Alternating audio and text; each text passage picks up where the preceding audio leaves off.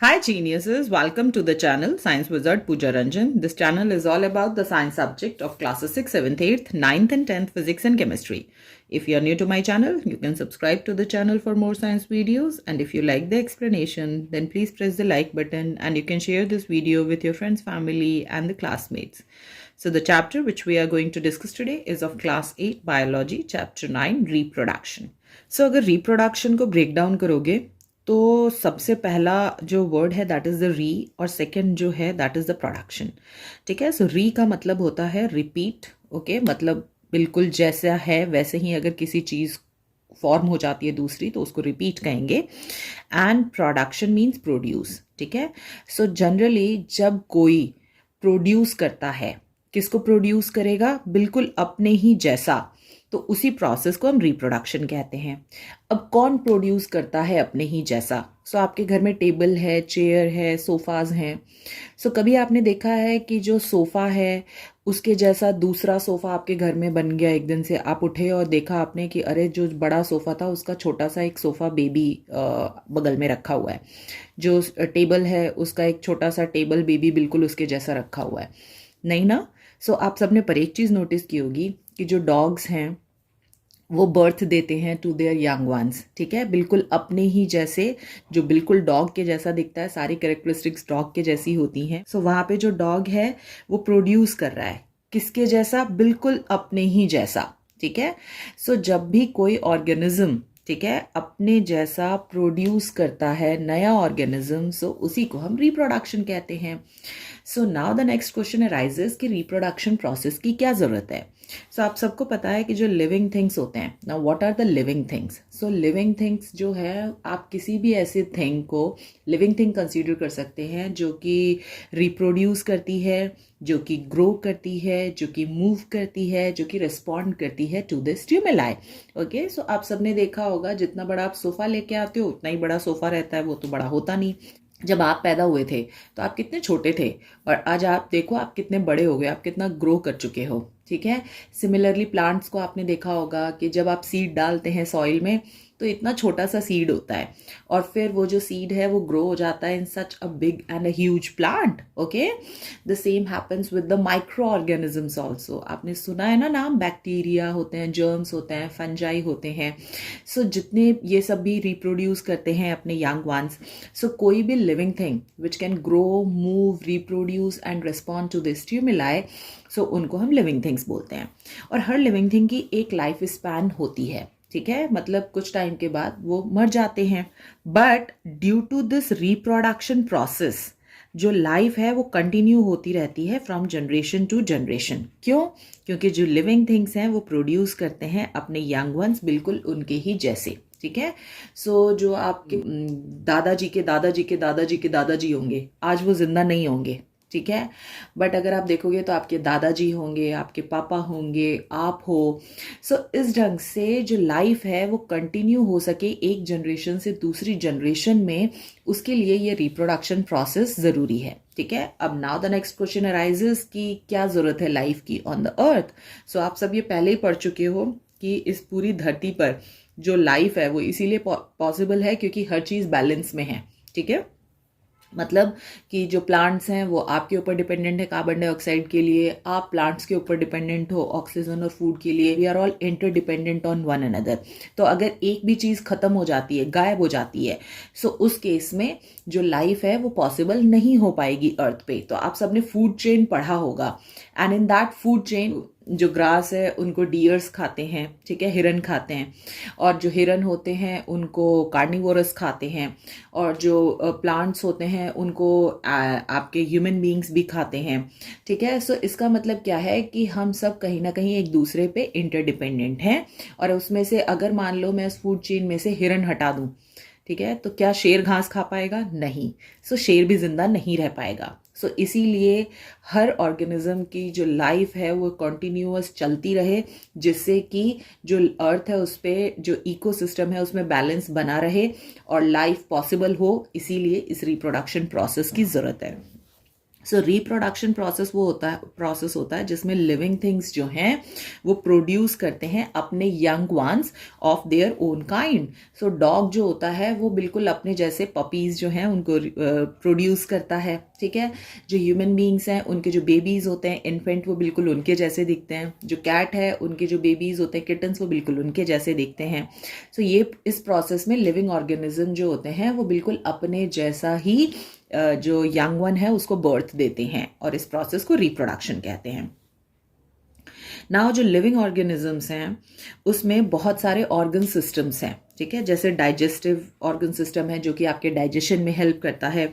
Circulatory system है जो कि आपके बॉडी में जो ब्लड है वो हर सेल में पहुंचाने का काम करता है, सर्कुलेट करता है। फिर एक्सक्रीटरी सिस्टम है जिससे कि आप अपने बॉडी में जितने भी टॉक्सिन्स हैं उनको फ्लश आउट कर देते हैं बाहर, ठीक है। सो अगर इनमें से एक भी सिस्टम काम करना बंद कर दे तो आप जिंदा नहीं रह पाएंगे, ठीक है। बट अगर हम बात करते हैं अबाउट द रिप्रोडक्टिव सिस्टम, सो बिना रिप्रोडक्टिव सिस्टम के भी जो ऑर्गेनिजम्स हैं, living organisms, they can live, okay हैं। तो रिप्रोडक्शन प्रोसेस जो होता है वो सिर्फ इसीलिए जरूरी है ताकि जनरेशन्स को एक के बाद एक जनरेशन्स में जो लाइफ है उसको कंटिन्यू किया जा सके, और वो इसीलिए ज़रूरी है ताकि अर्थ पे जो इकोसिस्टम है उसमें बैलेंस मेंटेन किया जा सके। जैसा प्लांट्स में आपने पढ़ा हुआ है इन क्लास 7, वैसे ही एनिमल्स जो होते हैं उनमें भी 2 तरह के रिप्रोडक्शन होते हैं। एक होता है सेक्सुअल रिप्रोडक्शन, एक होता है एसेक्सुअल रिप्रोडक्शन। सो बहुत सारे वेराइटीज ऑफ वेज होते हैं जिसमें कि एनिमल्स रिप्रोड्यूस करते हैं, ठीक है। तो सबसे पहला होता है कुछ एनिमल रिप्रोड्यूस करते हैं by giving the birth to the babies, ठीक है। तो बहुत सारे एनिमल्स वो होते हैं जो कि सीधा अपने बेबी को ही बर्थ देते हैं। सो जैसे ह्यूमन बीइंग्स हैं तो जो मदर होती है उसका जो वूम्ब होता है उसमें से सीधा जो इन्फेंट बच्चा होता है वो ही बाहर आता है। Same with the dog, same with the cats, okay. But कुछ एनिमल्स आपने देखे होंगे कि जो पहले अंडे देते हैं और उन अंडों को तोड़ के उसमें से उनके यंग वंस बाहर आते हैं हैच करके, ठीक है। जैसे स्नेक है, बर्ड्स हैं। सो इन सब के केस में ये पहले एग ले करते हैं और वो जो एग है उसके अंदर उनका बेबी फॉर्म होता है, और फिर जब वो पूरा फॉर्म हो जाता है तो वो ब्रेक करता है शेल ऑफ द एग और फिर हैच करके बाहर आता है। जैसे हाइड्रा जो है ये अपने ऑफस्प्रिंग ग्रो करता है out of the parents body, ठीक है। तो जो पेरेंट की बॉडी होती है उसी में जो छोटा सा बड है वो ग्रो हो जाता है, आपने क्लास 7th में भी पढ़ा है। और फिर पेरेंट की बॉडी में से पहले छोटा सा बड ग्रो होता है और जब वह प्रॉपर ग्रो हो जाता है तो वो पेरेंट की बॉडी से अलग हो जाता है in the case of the hydra. Next अगर अमीबा की बात करें तो अमीबा भी आपने पढ़ा हुआ है 7th क्लास में। उसमें बाइनरी फिजन होता है। जो अमीबा है उसका जो सेल होता है वो ब्रेक डाउन होता है इनटू द 2 सेल्स, और जो मेन सेल होता है उसको पेरेंट सेल कहते हैं, और जो 2 सेल्स में टूटता है उसको हम डॉटर सेल्स कहते हैं। But here in the 8th class we have to learn about the sexual reproduction, ठीक है। सो जो सबसे एडवांस्ड मल्टी सेल्युलर एनिमल्स होते हैं तो आपने ये पढ़ा हुआ है कि जो ऑर्गेनिजम्स होते हैं they are also unicellular and multicellular. अगर यूनिसेल्युलर की बात करें तो जो अमीबा होता है that is the unicellular organism, ठीक है। बट यहाँ पे we are talking about the multicellular organisms जो एक से ज़्यादा सेल से बनते हैं। जैसे इंसेक्ट्स हैं, रेप्टाइल्स हैं, मैमल्स हैं, ये रिप्रोड्यूस करते हैं by the method of the sexual reproduction, ठीक है। इंसेक्ट्स मतलब कीड़े, रेप्टाइल्स मतलब कि जो रेंग रेंग के चलते हैं, ठीक है, जैसे कि आपका कॉकरोच है, छिपकली है। और मैमल्स क्या होते हैं तो अभी मैंने बताया था ना कुछ एनिमल्स ऐसे होते हैं जो रिप्रोड्यूस करते हैं by giving the birth to the babies. So ऐसे ऑर्गेनिजम्स जो कि सीधा अपने बेबी को ही बर्थ देते हैं तो उन्हीं को हम मैमल्स कहते हैं, okay. So like human, cows, they are the mammals. So ये सब जो होते हैं ये रिप्रोड्यूस करते हैं by the sexual reproduction method. Now अगर सेक्सुअल रिप्रोडक्शन मेथड की बात करें तो सेक्सुअल रिप्रोडक्शन में आपको मेल और फीमेल दोनों की जरूरत होती है। सो sexual reproduction involves the fusion. Fusion मतलब फ्यूज होती है ना जब कोई भी 2 चीजें, तो वो फ्यूज होके एक ही बन जाती हैं, ठीक है। So the fusion of the female and male reproductive cell to form a fertilized egg that grow into an organism, okay। so जो male reproductive cell है और female reproductive cell है मेल के अंदर मेल रिप्रोडक्टिव सेल पाया जाता है, female के अंदर फीमेल रिप्रोडक्टिव सेल पाया जाता है। बट जब दोनों के रिप्रोडक्टिव सेल एक दूसरे से मिलते हैं, सो वहां पर दोनों के सेल्स एक दूसरे के संग फ्यूज होते हैं, और फ्यूज होके they form the new cell, okay, the single cell, and उसी को हम फर्टिलाइज्ड एग कहते हैं, जो कि नए ऑर्गेनिज्म में फॉर्म होता है। सो अगर एनिमल्स की बात करें, जैसे फ्रॉग्स हैं, फिशेस हैं, बर्ड्स हैं, रेप्टाइल्स हैं, ह्यूमंस हैं, सो इन सब में जो मेल और फीमेल सेक्सेस होते हैं दे आर सेपरेट। सो वहाँ पर जो मेल और फीमेल सेक्स होता है उन दोनों में डिफरेंट रिप्रोडक्टिव ऑर्गन्स होते हैं। तो जो मेल का रिप्रोडक्टिव ऑर्गन होता है वो बिल्कुल ही डिफरेंट होता है फीमेल के रिप्रोडक्टिव ऑर्गन से, ठीक है। और वहां पर क्योंकि रिप्रोडक्टिव ऑर्गन अलग होता है, तो वहां पर जो सेल फॉर्म होता है, जो मेल का गैमेट होता है, मतलब कि जो मेल का सेल रिप्रोडक्टिव सेल होता है। सो अगर गैमेट की बात करें तो what is the gamete? Gamete is the reproductive cell. So जो मेल का रिप्रोडक्टिव सेल होता है that is totally different from the female reproductive cell, okay.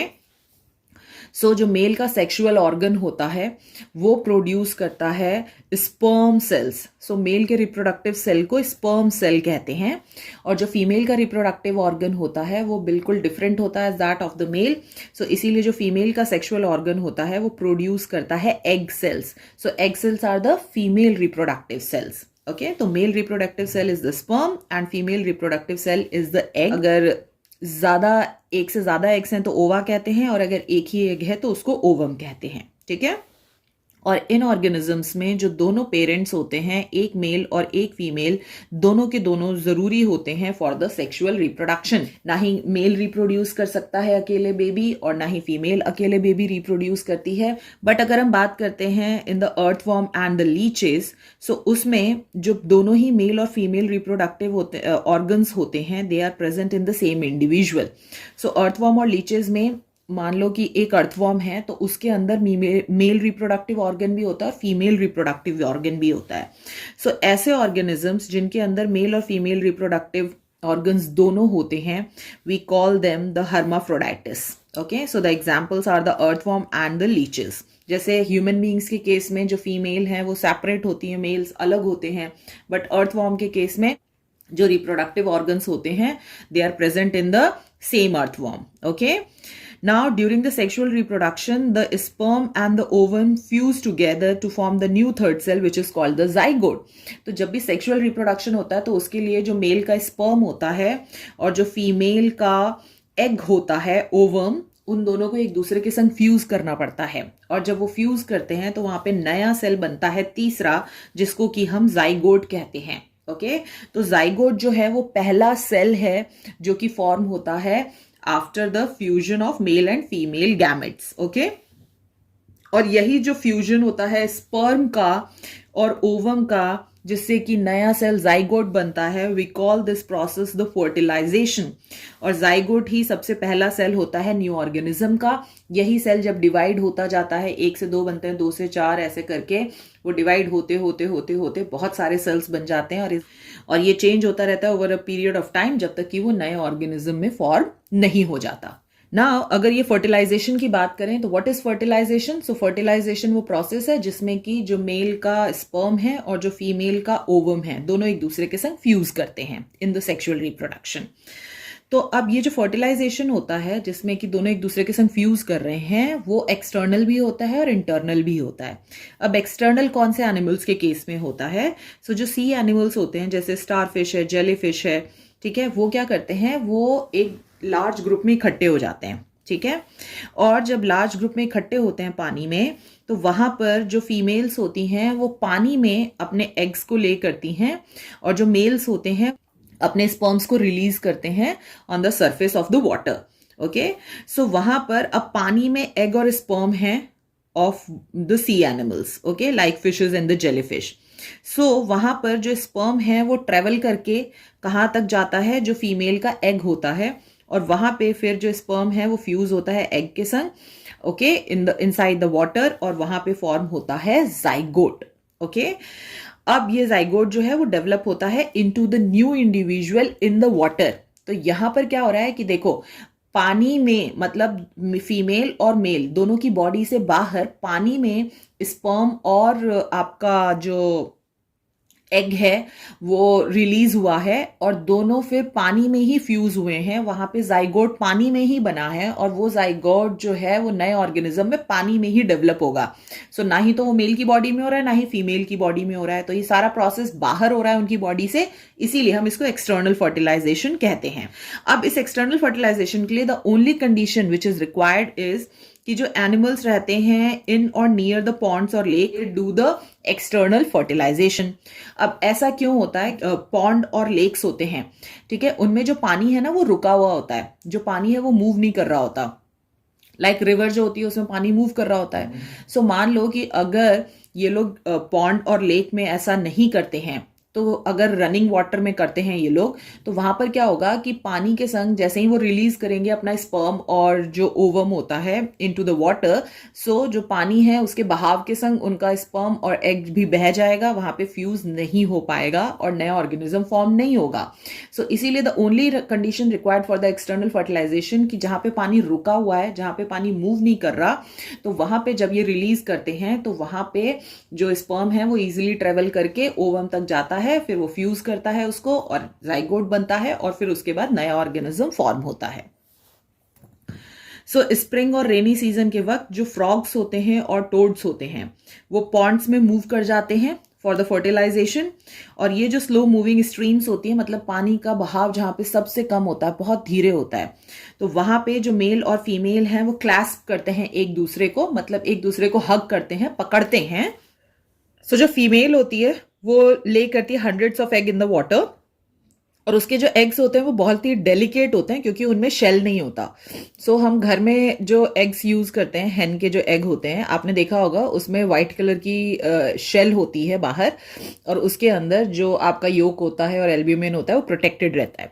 But अगर यहाँ फ्रॉग के एग्स की बात करें तो उन पे कोई शेल नहीं होता, so that's why they are very delicate, ठीक है। सो जो लेयर होता है of a jelly like substance उनको होल्ड करके रखता है टुगेदर, उनको प्रोटेक्ट करता है।